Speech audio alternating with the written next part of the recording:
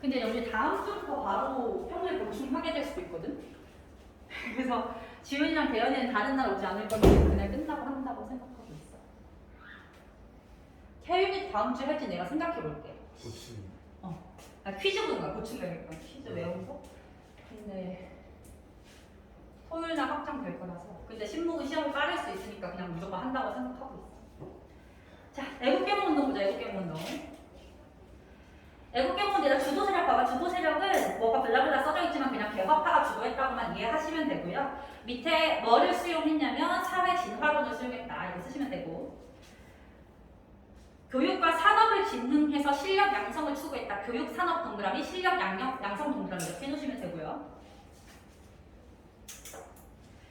애국계몽 운동은 보통은 단체를 형성해서 활동을 했는데 그 단체가 총 4가지가 있어요, 얘들아. 4가지가 있는데 일단 쭉 써보면 이름부터 보안회, 헌정연구회, 대한자강회, 신민회. 얘네가 결성 순서이기 때문에 순서대로 외우셔야 되고요. 보안회, 헌정연구회, 대한자강회는 내가 프린트에 빈칸 뚫어놓은 것만 사실상 알아도 돼요. 자, 그럼 보안회부터 볼게요. 보안회. 보안회가 만들어졌을 때 일본이 우리나라에 뭐를 요구하냐면 항무지 개관권을 요구했어. 항무지 개관권 요구. 근데 이 요구를 철회시키는 데 성공한 것이 보안회다. 얘들아, 항무지 주인 있는 땅 없는 땅? 주인이 없는 땅이지 보통은. 그 땅을 개간해서 농사 지을 수 있는 땅으로 만들겠다는 게 일본의 주장인데 그때 당시 황무지는 개간을 하면 개간한 사람이 임자였어. 그러니까 일본은 저렇게 해서 우리 땅을 가져가려고 한 거지. 그걸 막은 게 보안회고요. 헌정연구회가 제일 중요가 떨어지거든 얘들아. 헌정은 요 말 자체가 입헌 정치를 줄인 거라고 보시면 돼요. 자, 빈칸에 써볼게요. 입헌 정치 체제를 추구했다. 우리가 1학기 때 배웠던 입헌 군주제하고 같은 뜻이라고 생각하면 돼. 입헌 군주제 왕 있는 거 없는 거? 왕. 있는데 권력을 헌법에 입각해서 제약하는 거. 자, 대한자강회는 일단 첫 번째 줄 보시면 헌정연구회를 계승했다. 그러면 대한자강회도 어떤 정치체제를 추구했을 것 같아? 헌정연구회 계승했으니까 얘네도 입헌 군주제인 거야 얘들아. 그거는 굳이 말 안 해도 알 수 있을 거고요. 어떻게 해산됐는지만 볼게. 요때 고종이 폐위당하면서 고종 폐위 반대 운동을 전개했어. 을 전개하다가 요것 때문에 일본에 의해서 강제로 해산됐다. 됐어? 넘어가서 신민회가 너무너무 중요한데 일단 신민회는 별표 한 5개 들어가고요. 신민회에 대해서는 거기 표에 나와 있는 모든 내용을 다 아셔야 됩니다. 한 개도 빠짐없이 다 중요해. 일단 신민회 조직한 사람 이름부터 보자. 안창호, 양기탁, 신채호. 이 중에 들어본 사람 누구니 얘들아? 안창호는 들어봤지? 양기탁, 신채호 이름도 외우셔야 돼요. 뒤에서 한 번씩 더 나와. 신채호는 많으면 2번도 나올 수 있어요 얘들아. 그리고 한 명 더 추가해볼게요 얘들아. 위에다가 이회영이라는 사람도 추가하자. 이회영. 안창호, 양기탁, 신채호, 이회영. 이 사람들이 비밀 결사로 조직했다. 비밀.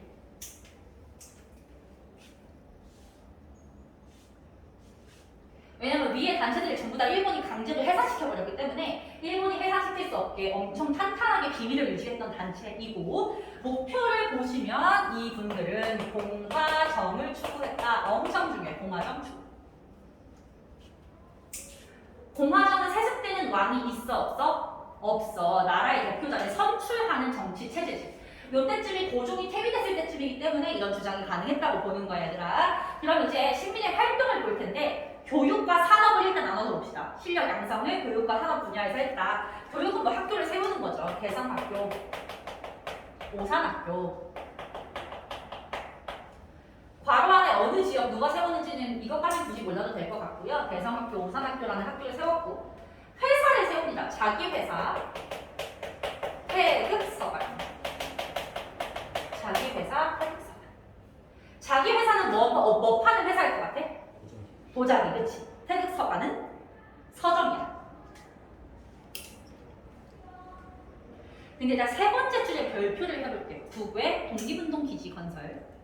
그 내용이 아주 중요한데 신민회가 활동할 때쯤 되면 아까 말했듯이 고종이 퇴위할 때쯤이었기 때문에 우리가 일본 식민지가 된다는 건 거스를 수 없는 흐름이 됐어. 받아들일 수밖에 없는 상황이야. 그래서 신민회는 장기적으로 독립운동할 수 있는 플랜을 짜기 위해서 국외로 나가서 독립운동 기지를 건설하는데요. 남만주에 3원도라는 마을 자체를 돈을 주고 사요.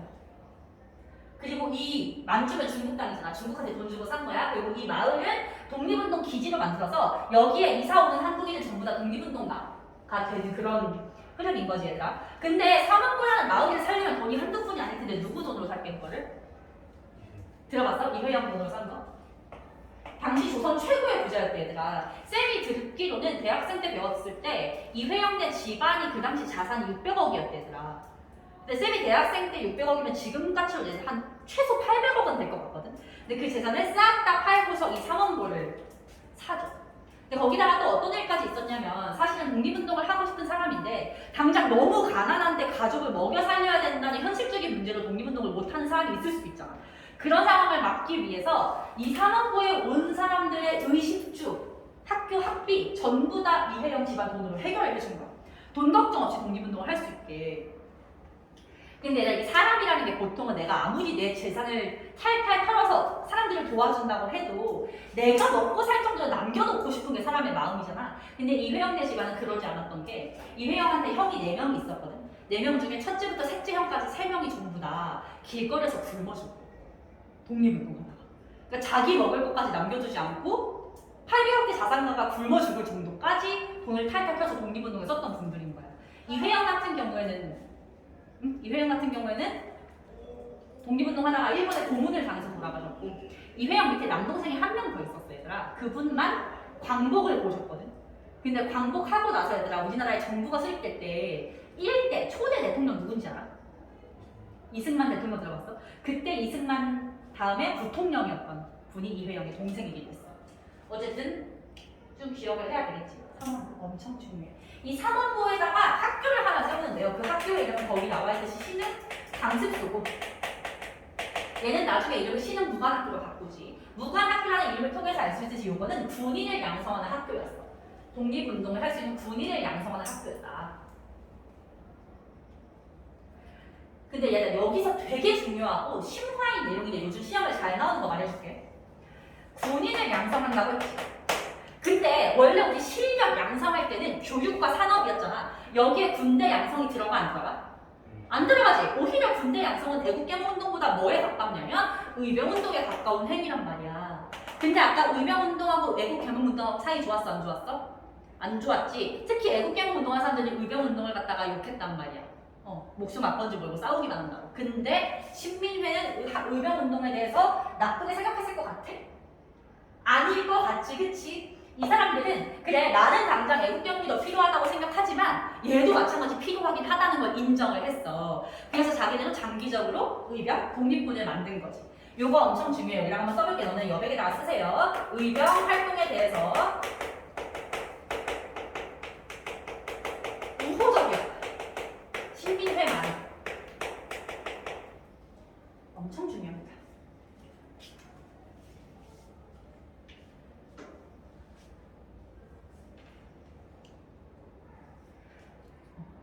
그래서 신민회는 여기 나와 있는 모든 내용이 다 중요하고 해산까지도 봐야 되는데 일단 해산은 맨 끝에 연도 봐봐. 몇 년에 해산됐대?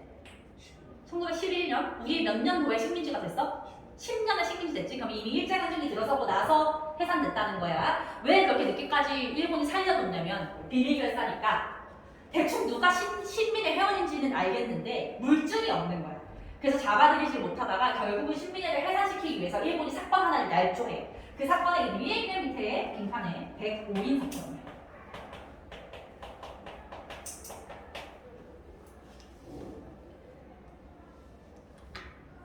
아까 이토 히로부미를 죽인 사람이 누구였지? 안중근. 이 당시에 안중근의 사촌 동생 중에서 안명근이라는 분이 계셨어. 있었어. 안중근은 이토요금을 죽인 죄로 사형을 당하셨고 안명근이라는 사촌 동생이 형 대신 자기가 독립운동을 마저 하기 위해서 당시 총독을 죽이려고 계획을 혼자 짜고 있었는데 걸린 거야. 왜냐면 일본 애들도 안중근네 가족이니까 훨씬 더 감시를 심하게 했던 거지. 그래서 준비당해서 걸렸는데 그때 안명근은 혼자 준비했음에도 불구하고 같이 준비했다면서 105명을 그냥 잡아들인 거야. 근거도 없이. 근데 그 105명이 전부 다 신민의 회원이었기 때문에 신민의 회원을 잡아들이려고 사건을 날조했구나 이렇게 연결이 되는 거죠. 그래서 해산이 된다. 그다음에 큰 3번 볼게. 큰 3번 신민회는 끝났고요. 교육 언론을 통한 국권 수호 운동을 읽어만 보셔도 돼요. 읽어만 보셔도 되고 의의와 함께 보고서 넘어갈게. 의의는 뭐 국민의 애국심과 민족의식 근대의식을 고취시켰다. 읽어보시고 한계가 굉장히 중요해. 일부 지식인이 실력 양성만 강조하면서 일제의 지배를 용인하는 일이 있었어.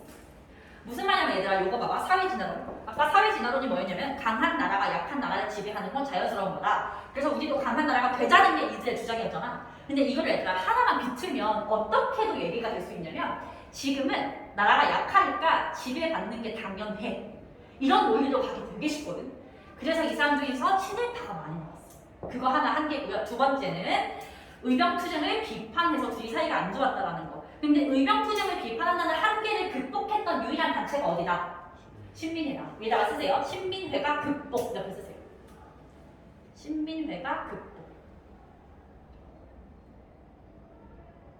여기까지 보면 1900년대 상황은 다 끝이 나. 됐어? 오케이. 자 그러면 우리 요 프린트는 다 봤고요. 아까 줬던 한 쪽짜리 프린트를 꺼내놓고 쌤 분필 하나만 가져올 동안 잠깐 기다려봐봐.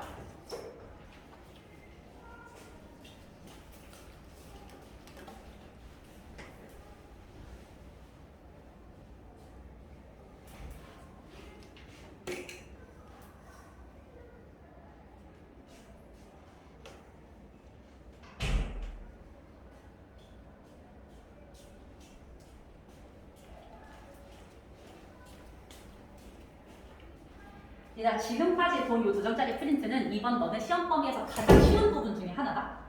그리고 지금 나갈 한 장짜리 프린트는 너네 시험 범위에서 제일 재미없는 부분이야 얘가. 그래서 내가 얘를 빨리 끝내려고 해. 정말 재미없거든. 경제입니다. 경제 침탈. 외세가 우리나라의 경제 침탈을 했던 내용을 볼 텐데 이 내용을 보려면 너네가 1학기 때 배웠던 내용들을 조금 끄집어내야 되거든. 그래서 그거를 내가 조금씩 떠올리게끔 하면서 진도를 나가볼게. 일단 요 바로 페이지 1쪽을 먼저 펴보시면 1쪽에 큰 표가 하나 있어 얘들아. 네? 나 잘못 준다 보네. 이거야. 나머지 잘 알았지. 여기서 큰 표를 보시면 내가 이 표를 나누는 기준을 먼저 설명해줄게. 일단 이 가로로 나눈 걸 보시면요. 열강의 이권 침탈과 이거에 맞섰던 우리의 경제적 구국운동을 나눠놨어 얘들아. 열강의 이권 침탈, 경제적 구국운동. 얘들아 열강이 뭐지 열강? 열강은 여러 강한 국가라는 뜻이야. 강대국들. 뭐 영국, 미국, 러시아, 일본도 열강에 포함돼. 이권은 뭐냐면 경제적 이익을 얻을 수 있는 권리야. 그러니까 강대국들이 우리나라에서 어떤 경제적인 이득들을 뜯어갔는지를 보는 거야. 그리고 역파는 그거에 맞섰던 우리들의 경제적인 구국, 나라를 구하려는 활동들이었고요. 얘가 되게 중요해요. 이거 세로로 나누는 기준. 요거 시기구분에다 잘 봐봐. 개항 이후, 이모군란 이후, 아간파천 이후 요 세 가지 기준을 반드시 기억하셔야 돼요. 알겠지? 자 그럼 개항 이후 보자. 개항이라는 것은 어떤 조약을 체결하면서 이루어졌니? 강화도 조약으로 이루어졌지. 그러니까 동그라미 1번 보시면 강화도 조약 체결 이후라고 나와 있죠. 강화도 조약 체결 이후에 강화도 조약은 우리나라가 어디랑 맺은 조약이야? 어느 나라? 일본이랑 맺은 거니까 우리나라의 경제에서는 일본이 굉장히 많이 침투를 했겠지. 얘들아 동그라미 1번의 내용들을 보시면요. 강화도 조약과 그 부속 조약 중에서 경제랑 관련된 거 내가 써놨거든. 너네 듣다 보면 1학기 때 했던 거 기억날 거야. 잘 봐봐. 영사재판권. 영사재판권은 어떤 권리였냐면 한국 땅에서 일본인이 범죄를 저질렀을 때 어느 나라 법으로 재판을 하는 거야? 일본 법으로 재판하는 거야. 그러면 한국 땅에서 일본 상인들이 활동하기가 편하겠어? 힘들겠어? 일본 애들은 편하겠지. 우리는 불편하고 옆에 개항장 심리 이내를 거류지로 설정한다. 거류지 동그라미 하세요. 이때 항구 중에 대표적인 게 부산이 개항장이었거든. 그럼 부산 한글을 기준으로 심리, 이내를 거류지라고 설정해요. 거주하면서 돌아다닐 수 있는 땅. 그래서 일본 상인은 여기에서만 활동을 할 수 있는 거야. 거류지 바깥으로 나갈 수 없어. 얘들아, 거류지 바깥에 우리나라 땅을 뭐라고 부르냐면 내지라고 불러. 안 내자 써서 이제 안쪽 땅. 내지로는 나갈 수 없고 거류지에서만 활동을 할 수 있다. 그리고 거류지에서 일본 화폐를 쓸 수 있었고 무관세였어. 얘들아, 관세를 안 붙이면 일본이 유리해? 우리가 유리해? 일본이 유리하지. 왜냐면 품질이 일본 거랑 한국 거 중에 뭐가 좋아? 현실적으로 일본 게 좋았잖아요, 이때. 그러면 우리는 가격이 저렴해야 그나마 먹고 살 수 있는데 세금이 안 붙어서 일본 물건이 저렴하게 들어오면 우리 거는 상대가 안 된다는 거지. 이해됐어? 그리고 쌀의 무제한 유출. 이건 뭐였냐면 우리나라가 당장 흉년이어서 백성들이 굶어 죽어도 일본이 쌀을 팔라고 하면 언제든지 팔아야 돼. 쌀을 팔지 않겠다고 거부할 수 없는 게 강화도 조약에 들어가 있었어. 이거 1학기 때 했던 건데 기억나니? 그거 복귀하면서 동그라미 2번으로 갈게요. 아까 일본인은 개항장 심리 안에서만 활동 가능하다고 했잖아. 그 심리 이내를 무슨 지라고 불렀어? 거류지라고 했죠. 그래서 동그라미 2번은 거류지 무역입니다. 요 시기 키워드는 거류지 무역. 요거 되게 중요한 키워드야. 그럼 일단 잘 봐봐. 일본 상인은 거류지 바깥을 못 나가잖아. 만약에 거류지에 있는 A라는 일본 상인이 내지에 있는 B라는 한국 상인이랑 교역을 하고 싶으면 어떻게 해야 돼? 한국 사람 말. 그치, 얘가 가야 되지. 근데 요 당시 그 교통시설로는 왕복 한 일주일 걸린다 생각해봐. 안 가지 않을까? 그치, 그럼 이런 상황에서 어떤 서비스가 있을 수 있냐면 배달 대행처럼 누가 대신 왔다 갔다 해주면 좋지 않겠어? 그런 사람들이 이제 C라는 중간 상인이 왔다 갔다 해주는 거야. 그런 상인이 빈칸에 3번 객주, 여각이라고 불리는 애들이 있었다. 객주, 여각. 객주가 중요해. 중개 상인, 중간 상인 이런 표현은 이해되지 얘들아? 그러면 강화도 조약이 체결되면서 얘들아 우리나라 상인들은 이득을 봤어? 피해를 봤어? 피해를 봤지만 누구는 이득을 봤다고 할 수 있어. 중간 상인 객주는 이득을 봤다고 할 수 있지. 우리 막 코로나 상황에서도 다 힘든데 배달하는 사람들 돈 많이 벌었다며. 그런 느낌으로 생각하시면 되죠. 4번에 일본의 중개무역을 보시면 일본은 우리나라에 영국산 면제품을 팔았고 우리나라에 쌀과 콩을 사갔어요. 근데 얘들아 생각해봐. 일본이 면을 10kg를 우리나라에 팔았어. 100만 원어치를 팔았어. 우리는 쌀을 100만 원어치 팔았어. 그럼 이거는 무역이 똔똔인 걸까? 똔똔이? 아니야. 왜냐? 면제품은 없어도 살 수 있어. 근데 쌀은 없으면 굶어 죽잖아. 그러니까 똑같이 100만 원을 사고 판 것처럼 보여도 결국은 우리가 손해를 보는 구조였다라고 이해를 하시면 돼요. 오케이?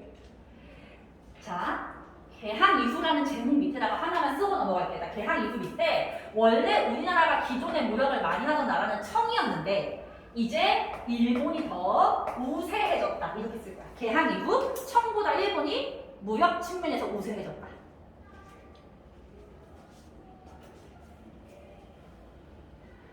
그러다가 얘들아 이모군란 이후로 넘어가 볼게. 얘들아 이모군란은 구식 군인들이 일으킨 반란이었지. 근데 그걸 우리 스스로 힘으로 해결을 못해서 어느 나라의 도움을 요청했었냐면 청의 도움을 요청했었어. 그러면서 청이 우리나라에 대해서 영향력을 행사하기 시작했지. 그때 체결한 조약이 거기 동그라미 1번의 조청 상민 수령 무역 장정이었습니다. 조청 상민 수령 무역 장정. 자, 내용을 보시면 청 상인이 내지 통상을 할 수 있게 허용해줘. 일본 상인들은 어디서만 통상할 수 있는데? 거류지에서만 할 수 있는데 청상인은 내지까지 갈 수 있어. 얘들아 바로 안에 내지 중에서 또 어디를 특별히 허가해 주냐면 한성과 양화진을 허용해 줘. 이거 되게 중요한 포인트. 한성, 양화진. 한성이 어디지? 경성. 우리나라 사대문 안에 종로, 광화문 요 제일 사람들이 많이 걸리는 금싸라기 땅에 청상인이 들어올 수 있겠고요. 양화진은 어디냐면 너네가 알려나? 합정이라는 동네 아니야? 서울의 합정.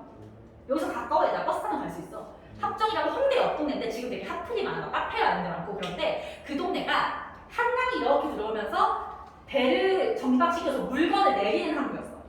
그러니까 물건을 내리니까 여기에 큰 시장이 열리겠지. 요 두 개, 가장 큰 시장이 열리는 두 지역에 청상인이 들어올 수 있게 했다. 엄청나게 이득을 보는 거지 얘들아. 그러면 누가 가장 큰 피해를 보냐면 원래 여기서 활동하던 우리 상인들은 피해를 보겠네. 근데 이걸 보고 있던 일본은 얼마나 배가 아프겠니? 일본도 여기 들어가려고 당연히 하겠지, 걔네 성격상. 그래서 체결한 게 동일하게 이번에 나와 있는 조일 통상장정이에요.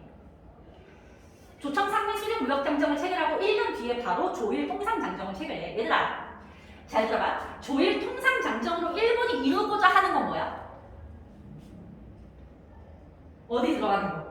내지에 들어가는 걸 원해. 근데 우리 아까 강화도주의 내용 봤잖아. 이미 일본이 우리나라에서 뜯어간 게 너무 많은 거야. 그러니까 일본도 지네도 양심에 찔리는 거지. 이렇게 많은 거 우리가 가져갔는데 내지 침투까지 가져가면 좀 문제가 생길 수 있겠다고 생각을 해서 잘 들어. 조일 통상장정으로 우리나라한테 유리한 거 두 개를 줘요. 그리고 내지 통상을 가져가. 오케이? 우리나라에 유리한 거 두 개 주고 큰 거 하나 가져간다. 이렇게 이해를 할 거야. 그럼 두 개 준 게 뭐냐? 일단은 원래 관세가 있었어, 없었어? 없었어. 무관세였어. 이제 관세를 내겠다고 합니다. 관세 부과. 오케이? 관세 부과. 이건 우리한테 좀 유리해진 거지. 그 다음 쌀을 무제한으로 팔았어야 됐잖아. 근데 이제는 너네가 원하면 필요하는 쌀을 일시적으로 안 팔아도 된다고 허락을 해준 거야. 그게 바로 빈칸의 방공령이에요.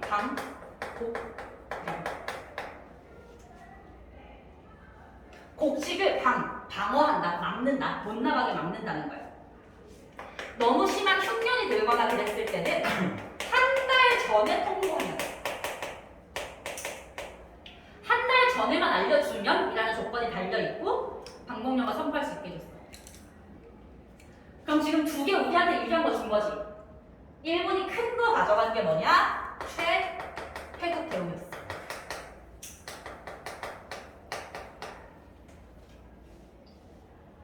최혜국 대우는 뭐였냐? 최고로 혜택받는 국가여야 된다는 거잖아.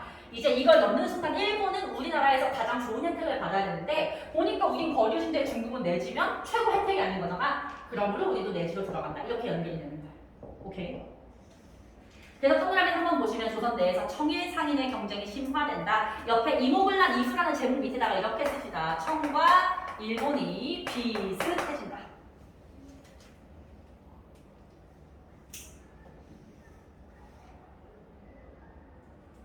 근데 얘가 청상인과 일본 상인이 내지로 들어가면 더 이상 객주라는 존재는 필요해 안 해? 안 해. 4번에 객주 몰라. 객주 몰라. 그리고 얘들아 원래부터 한성에서 활동하던 조선 상인들은 피해를 봐, 이득을 봐? 피해를 보지. 그런 상인은 시전 상인이라고. 시전 상인들도 타격을 입었다. 됐어? 근데 얘가 결국은 이렇게 둘이 대립을 하다가 청일 전쟁이 터지고 일본이 이기면서 청은 자연스럽게 이제 사라지게 되고요. 아간파천 이수를 볼게. 아간파천 고종이 어디로 도망간 거? 러시아 공사관. 얘들아 이때가 을미사변 이후거든. 명성황후가 일본에 의해서 시해당하고 나서 고종은 자기도 죽일까봐 무서워서 도망을 간 거야. 그걸 보고 있던 여러 나라들은 뭐라고 생각하겠어? 와, 조선은 부당한 대우를 받아도 뭐라고 못하는구나 라는 생각을 하겠지. 그러면서 본격적으로 이제 조선의 얘네들이 이제 이권 신탈을 하기 시작합니다. 일본뿐 아니라 여러 나라가. 근데 굉장히 많은 나라가 우리나라에 침투를 했는데 우리는 세 나라만 볼 거야. 러시아, 미국, 일본.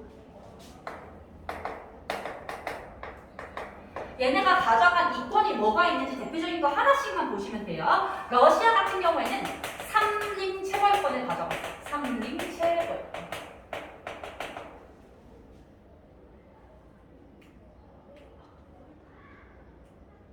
나무를 베어가는 거지. 왜냐면 걔네는 춥잖아. 그 추운 지대에서는 안 나는 나무가 우리나라에 있어서 그걸 베어갔다. 미국은요, 거기 보시면 금광 채우고 금광을 저렇게 베어. 그래서 우리나라 지금 금이 되게 귀하잖아. 근데 원래 우리나라가 아시아에서 가장 금이 많은 나라 중에 하나였대. 근데 이때 미국이 하도 많이 캐가서 한 90% 이상을 캐갔나? 그래서 지금 금이 되게 적어졌다고 얘기를 하고, 옆에 보시면 전기랑 관련된 산업들 전부 다 미국이 가져갔어. 전기 관련된 거. 전기 회사도 세우고 전등도 세우고 뭐 전차 세우고 이런 거 전부 다 미국이 했어. 일본에다가 일단 별표를 하도록 할게요. 일본은 장기적으로 우리나라를 지배하기 위해서 철도 부설권을 가져갑니다.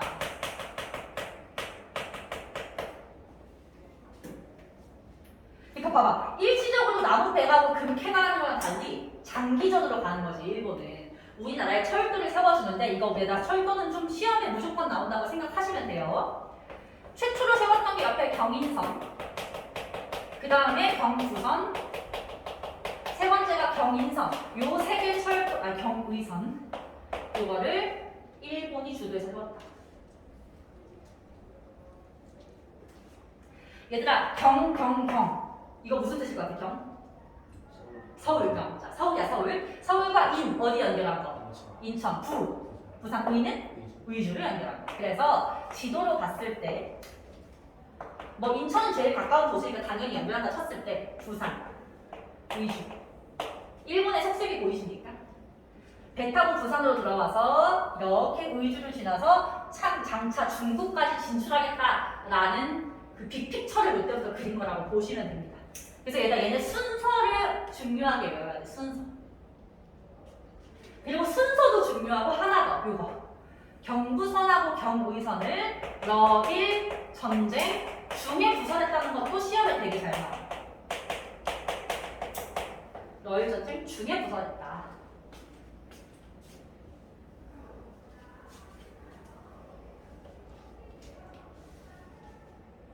그 다음에 최종적으로 우리 경제를 다 앗아간 건 일본이지. 마지막 일본의 경제 침탈을 보시면 화폐 정리 사업인데 우리나라는 이제 식민지배 할 때 화폐를 일본 걸로 바꿔야 되잖아. 그래서 미리미리 바꾸려고 했던 거야. 재정 고분이 주도했어. 아까 앞에서 재정 고분 누구였지? 메가타가 주도했다.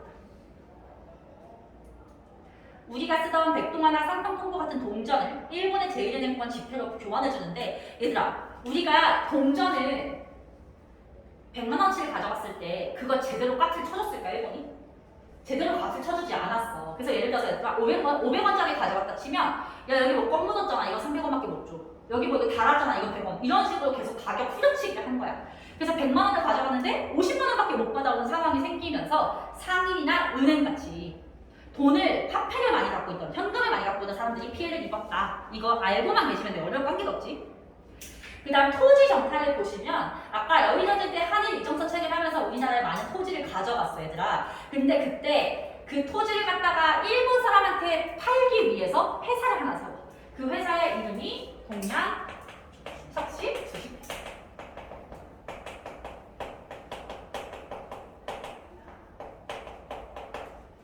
쌤은 보통 줄여서 동척이라고 하고요. 다음 주에 한 번 더 나올 회사니까 이름을 잘 체크하셔야 돼요. 우리나라 땅은 일본인한테 팔 때 그 루트를 제공하는 회사. 얘들 옆에 경제적 부분등은 진짜 금방 끝나거든. 얘만 빨리 보도록 할게. 참고로 경제적 부분등은요, 시기 구분한 거 큰 의미 없어. 그냥 한 날인 기회 구분한 거고 굳이 이모블락 이후 아간파천 이렇게 외우실 필요는 없어요. 일단 이모블락 이후에 상회사설을 붙어보기. 상회사. 상회사는 앞에 상자 빼고 그냥 회사라고 이해하시면 돼요. 컴퍼니. 우리나라 상업 활동을 보면은 그때 당시 그냥 구멍가게 수준인데 외국인들이 보니까 회사를 세우더라는 거야. 그래서 우리도 회사를 차리자라고 하게 됐는데 회사 이름 대동상회, 장통상회. 얘네들만 좀 보세요. 대동상회, 장통상회. 그리고 한성의 시전상인들이 피해를 입으면서 철시투쟁. 철시는 시장 문을 닫는 거야. 파업을 하다가 결국에는 대응을 제대로 하기 위해서 너네 노동조합이라는 거 들어봤지? 노동조합. 이게 뭐야? 내가 회사에 요구하고 싶은 게 있는데 1대1로는 대화가 안 되니까 여러 명을 데리고 와서 조합을 만들어가지고 1대4로 대화를 하는 거지. 일종의 노동조합을 만든 거야, 시전 상인이. 빈칸에 이렇게 이름 써볼게. 이거 시험 잘 나와. 한국 중앙 총상회. 한국중앙총상회라는 시전 상인들의 노동조합을 만들어서 대응을 했다.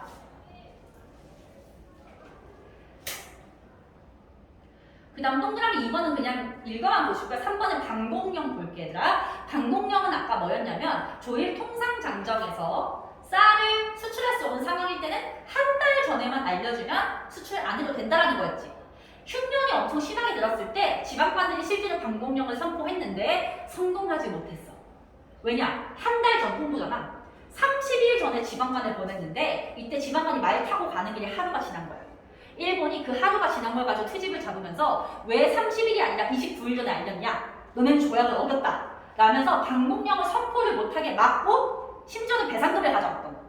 상황이다. 이거 내가 듣고 이해만 해도 되지? 하나도 어려울 거 없어. 맨 마지막에 국채보상운동 별표 3개를 하고요. 경제 파트에서 제일 중요한 게 국채보상운동이야. 근데 국채보상운동 들어가기 전에 하나만 여백에다가 써볼게. 쌤이 거기다 빼먹은 게 있거든. 아까 얘들아 일본의 황무지 개간권 요구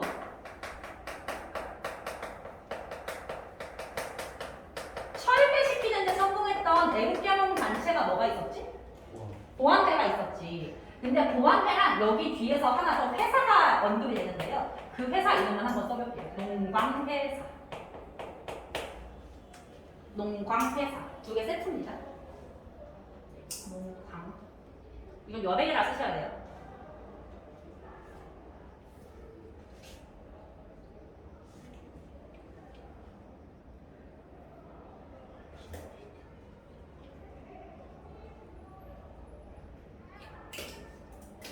자, 국채보상운동 볼게요. 국채보상운동. 혹시 IMF 때 금모으기 운동 들어갔니? 아무도 시키지 않았지만 빚을 갚기 위해서 국민들이 그 금을 모아서 냈던 거잖아. 똑같은 거야. 나라에 빚이 되게 많았어. 그 빚을 우리가 대신 갚아주자라는 거였는데 일본에 진 차관이 여러 가지 빚이죠. 빚. 그걸 갚으려고 했던 것인데 얘가 사실 우리가 이렇게 일본한테 진 빚이 많았던 이유는 우리가 돈을 많이 빌려서가 아니고 일본이 강제로 빌려줬기 때문이었어. 얘들아 그럼 일본은 돈을 왜 강제로 빌려줬냐? 우리가 일본한테서 벗어나지 못하게 막으려는 속셈이었단 말이야. 그럼 미리 말하지만 일본은 우리가 돈을 갚기를 원해, 못 갚기를 원해. 못 갚기를 원해. 그거 알고 있어야 돼, 얘들아. 이거 주도했던 사람 볼게요. 전개 과정 반드시 외워야 돼. 대구에서 시작했고 서상돈이라는 사람이 시작했다. 대구에서 서상돈의 주도로 시작했다. 전국적으로 퍼지는데 얘들아 이런 거는 홍보를 해야 될 거 아니야. 한다고. 홍보를 하려면 신문사가 필요했겠죠. 당시 신문사 중에 대한 매일신보라는 곳에서 엄청 적극적으로 후원을 했다. 근데 얘들아 그 당시 대한매일신보라는 회사의 사장이 누구였냐면 양기탁이었거든. 양기탁 아까 뭐 할 때 나왔던 사람이지? 신민회 회원이었어. 신민회는 공개 결사야, 비밀 결사야? 비밀 결사니까 양기탁이 대놓고 신민회가 후원한다고 할 수가 없으니 대한매일신보를 통해서 후원을 한 거야. 그래서 너희들은 아름아름 신민회가 후원했다는 사실도 알고 계셔야 돼. 하지만 아까 말했듯이 일본은 돈을 갚지 못하기를 원하기 때문에 이걸 오히려 탄압을 해서 실패하게 되고요. 대한매일신보사의 사장이었던 양기탁을 구속하게 된다. 여기까지 보시면 경제 파트 끝이다. 이게 2-5야 얘들아. 근데 2-5 파트에 블라블라 얘기 많은 거는 쌤이 여기 프린트에 적은 것만 쌤이 볼 때 외워도 돼. 교과서에 있는 거 다 찍게. 오케이? 오늘 수업은 이제 여기까지 할 거고 내가 뒤에 숙제를 말해줄게. 숙제는 뭐냐면 요 밑에 있는 거랑 뒷장은 문화거든, 문화. 뭐 신문, 종교 뭐 이런 거 나와 있어. 근데 이게 교과서마다 내용이 좀씩 달라. 그래서 숙제 중에 첫 번째가 이따 문자 보내주긴 할 건데요. 자기 교과서를 보면서 이거 빈칸을 채워 넣으세요, 일단. 교과서에 없으면 빈칸 내버려도 되고 교과서에 있는데 내가 여기 생략했으면 추가로 써넣으시면 돼요. 오케이? 그거 하고서 올리드 문제 풀어보시면 됩니다. 올리드는 내가 몇 쪽 풀었는지 얘기를 문자로 보내줄 거야. 그리고 얘들아 올리드를 앞으로는 풀고서 자기가 채점을 그냥 해서 봐. 근데 채점 했는데 얘들아 만약에 내가 어떤 문제 틀렸어. 답지 보고 답 쓰면 돼, 안 돼? 안 되지. 어떻게 해야 돼? 다시 풀거나 교과서 다시 못 풀겠으면 교과서를 보고서 오답을 하는 거야. 내 교과서랑 출판사가 다르기 때문에. 그리고서 만약에 문제 자체가 이해가 안 되거나 이거 설명을 들어야겠다 하는 게 있으면 별표를 해서 수업 시간에 같이 해결을 할 거야. 알겠지? 그것까지 완료해서 와야 돼. 오케이. 오늘 수업은 여기서 마칩시다. 첫날인데 진도를 많이 뺐어요.